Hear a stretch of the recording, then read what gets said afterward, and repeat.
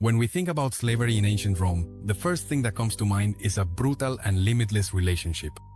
Masters with absolute power, able to do whatever they wanted with their slaves, from torturing them to killing them, without consequences. And to a large extent, that image reflects a cruel reality. Under Roman law, slaves were not considered people, but property. They had no civil rights or voice of their own. But does that mean that masters could literally do anything at any time without restrictions? The answer, though uncomfortable, is more complex.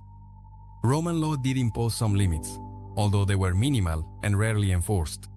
And the most interesting thing is that these restrictions did not arise out of compassion but out of convenience, fear of disorder, or economic interests. In this video, we are going to explore what things a master could not do to their slaves, when these limitations arose, why they existed, and how they were applied in practice. Slavery existed in Rome from its very beginnings.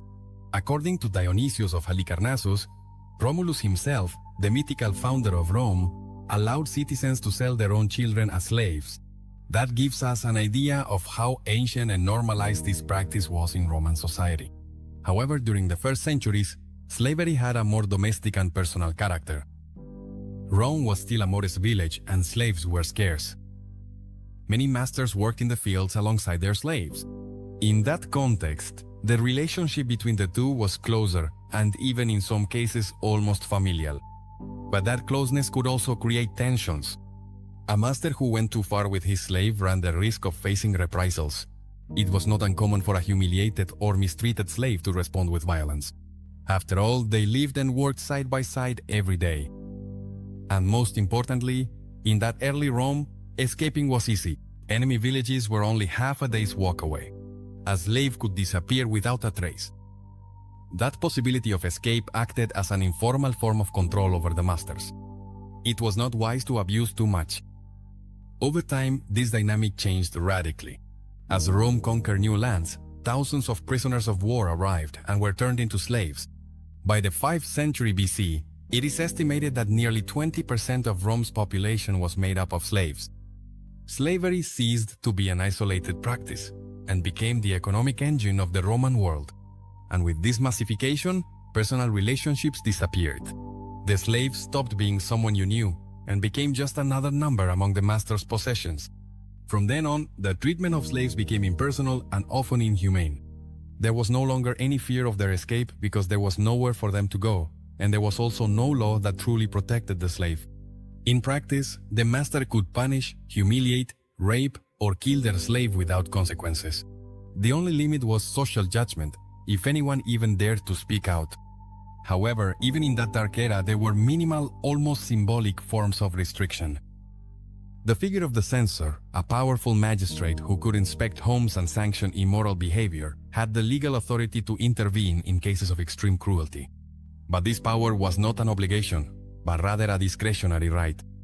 The censors did not investigate or listen to slaves. Only a free citizen could report an abuse, and even then the censor could completely ignore it.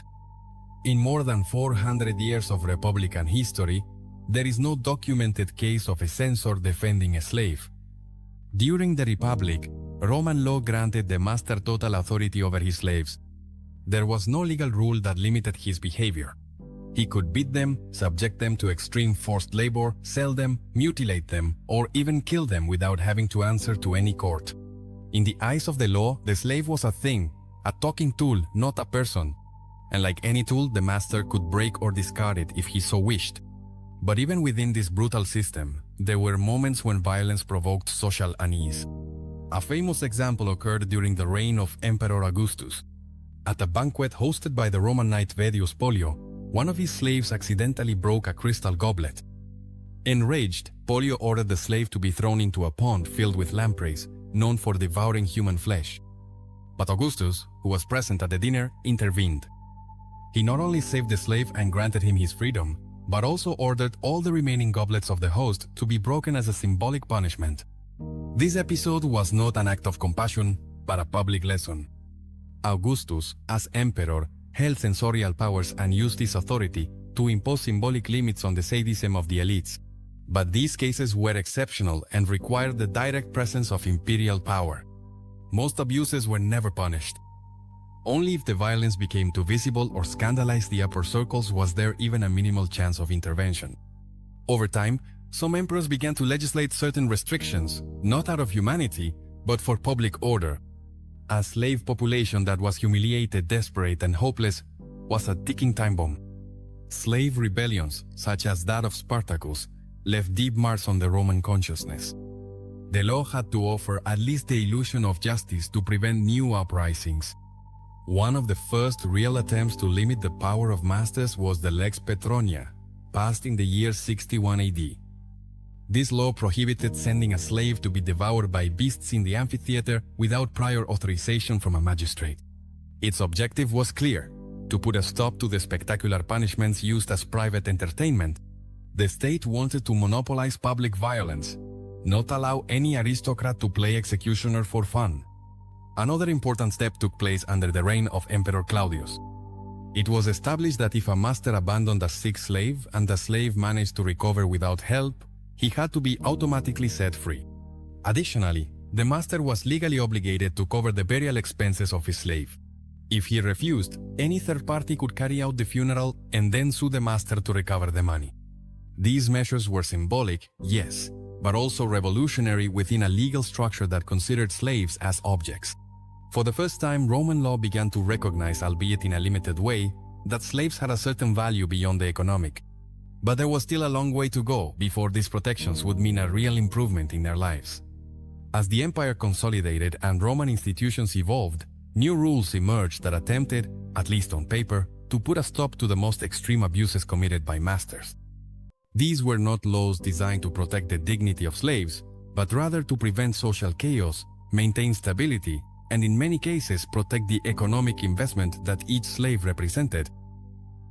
One of the greatest advances in this regard came from Emperor Antoninus Pius in the year 161 AD. He enacted a law that prohibited the unjustified killing of slaves. If a master deliberately killed his slave, he would face the same penalties as if he had killed someone else's slave. He could be fined and required to pay the value of the murdered slave. This marked an important change, as it was the first time that even the master was held accountable for the death of a slave, if it was intentional. Decades later, Emperor Constantine went even further. In the year 319 AD, he decreed that the murder of a slave was legally equivalent to the murder of a free person. However, this law included a crucial condition: the death had to result from a clearly homicidal act, such as stabbing, strangling, throwing from a height, or feeding to wild beasts. If the slave died as a result of severe punishment, such as excessive whipping, it was not considered a crime. The master still received no punishment whatsoever. In other words, the law did not condemn suffering or daily abuse. It only intervened if the act of violence crossed certain very visible boundaries. This distinction left a wide gray area where masters could exercise constant brutality without being held accountable. And that's not even counting the fact that, in practice, many crimes against slaves never went to trial, since witnesses were scarce and complainants non-existent. At the same time, contractual clauses began to appear that limited what a buyer could do with a slave if the seller required it. These clauses were added to purchase contracts and, surprisingly, were binding even if the slave changed owners.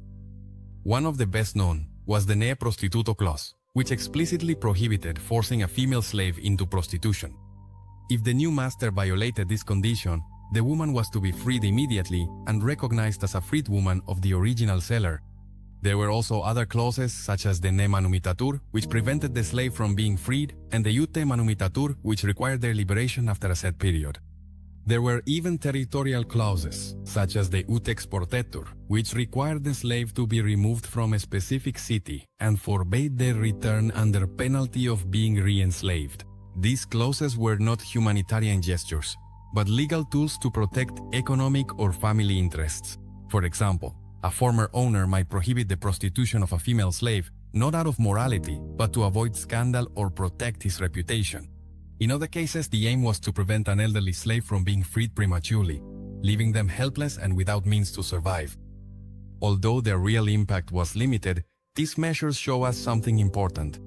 Even at the heart of the most powerful slave system of the ancient world, there were moments small, isolated, when the law tried to draw a line. a faint boundary between absolute power and unnecessary abuse. Although Roman law eventually incorporated some restrictions on the power of masters, it is essential to understand that these rules never sought to recognize slaves as full human beings. It was not about protecting their integrity, their dignity, or their freedom. Rather, it was about preventing unchecked abuse from ultimately destabilizing a system that depended deeply on slave labor. Iconic cases, such as Augustus intervening to save a slave from the lampreys or Constantine's law, which equated the murder of a slave with that of a free citizen, are exceptions that prove the rule. Only when abuse became public, scandalous, or threatened the order did the state take action. But the vast majority of slaves lived and died without anyone taking an interest in their conditions. The law saw them as objects, and as long as they weren't broken, they could be used without limits. Even the most progressive contractual clauses, such as the prohibition against prostituting a female slave or the obligation to free her after a certain period, were not universal. They only applied if the previous owner demanded them. If there was no clause, the new master had free rein. In practice, the life of a slave depended on the temperament, morals, and whims of their owner. And we must not forget that many of these protections were easily circumvented. If a master wanted to punish a slave to death, it was enough to disguise the aggression as discipline. If he wanted to avoid granting freedom, he could find legal excuses. The gaps and ambiguities in Roman law always played in favor of those in power, not the victim. The hardest part of all this is that, although it seems barbaric to us today, for the Romans it was normal. Slavery was so deeply rooted in their culture, their economy, and their worldview that even the most enlightened thinkers like Cicero or Seneca rarely questioned its existence. They could talk about fair or moderate treatment, but they never imagined a world without slaves. So the next time you hear that in Rome masters couldn't do whatever they wanted with their slaves, remember this. Limits did exist, yes, but they were exceptional, weak, and almost always symbolic. They were not protective barriers. They were reminders that absolute power in the wrong hands could destroy even the strongest structures. And in the end, Rome was not immune to that collapse either. If you made it this far, tell us in the comments what surprised you most about this story. Did you think that slaves in Rome had any kind of legal protection? Subscribe to the channel if you're passionate about history told without embellishments, leave a like to support our work, and turn on the notification bell so you don't miss our next journeys into the past. Thank you for joining us, and see you in the next chapter of ancient history